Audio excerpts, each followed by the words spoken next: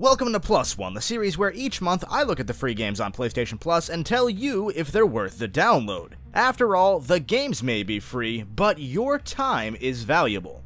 February 2019, speaking of value, is the final month that we will ever see free PS3 and Vita games on the service. This month we have today's game, Hitman the Complete First Season, and For Honor, as well as the cross-buy titles Rogue Aces and Gunhouse.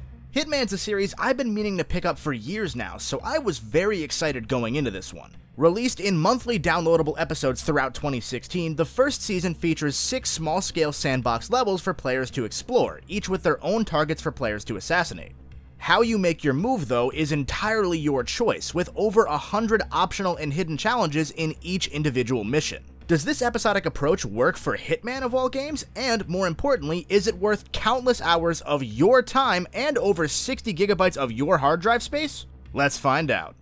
At first glance, Hitman almost appears to be a game that takes itself super seriously. It's got a dark plot, with assassins, double agents, and spies featuring as the most prominent in the cast of characters. Our protagonist, Agent 47, is the personification of a blank slate, a stoic killing machine.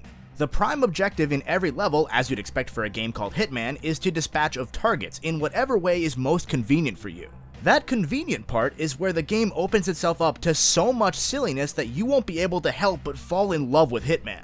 While if you're like me, you'll probably start by taking your time, stalking your targets, and aiming for the perfect silent kill before getting frustrated and just shooting them, eventually you start getting the hang of Agent 47's uncanny ability to be totally faceless. Seriously, his entire gimmick is that he can dress in any costume whatsoever and blend in because of how boring his face is. That's amazing. Once you start using those costumes to your advantage, okay, you'll still be waiting a little bit at first, but you'll start picking up little nuggets of strategy in each waiting moment. Throw a coin to distract this guard so you can walk right into the guarded area. Throw a coin to lead a person into the bathroom so that you can mug him and steal his clothes. Okay, yeah, half the strategy is also just throwing coins, but still, it's amazing. This game gets more fun the less you actually try, because each sandbox gives you so much room to screw around. Hitman challenges you to do the dumbest crap imaginable, like dressing as a world-renowned model, walking the runway, and then tossing a screwdriver into a spy's skull before fleeing by stealing a helicopter. Every one of the 6 levels is also incredibly unique from the last. From an Italian villa hiding an underground lab with a super virus, to a hotel in Bangkok where you have to kill an aspiring rock star, every area has its own totally unique feel, along with hundreds of challenges like stealing a certain outfit, killing a target in a specific way, and countless more.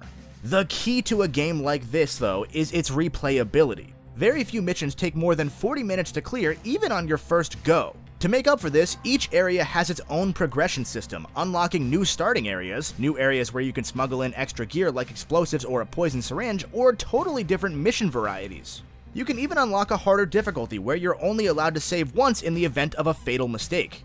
Playing the levels over and over again never got tiring for me, and in fact, I've probably put more time into Hitman before covering it than any other PS Plus game I've played in these past 2 years. That's a testament not only to how fun the game is, but to how incredibly well each episode was designed. This is one of the few episodic releases that feels like it would have actually worked at the time, because not only were new episodes released pretty much monthly, each piece feels strong enough on its own to keep you playing until you got that next morsel. Even having them all right in front of me, I found myself replaying the old missions a few times before moving on, because the different angles were so damn fun.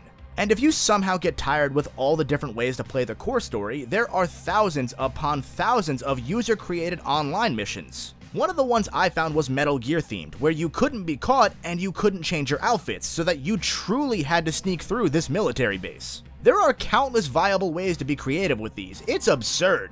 Of course, there are some very minor problems, such as some noticeable frame drops and even some slowdown, but they never really affected how much I was enjoying myself. Moreover, the vast majority of characters are voiced by the same 3 voice actors, which I found funnier than bad or annoying or anything.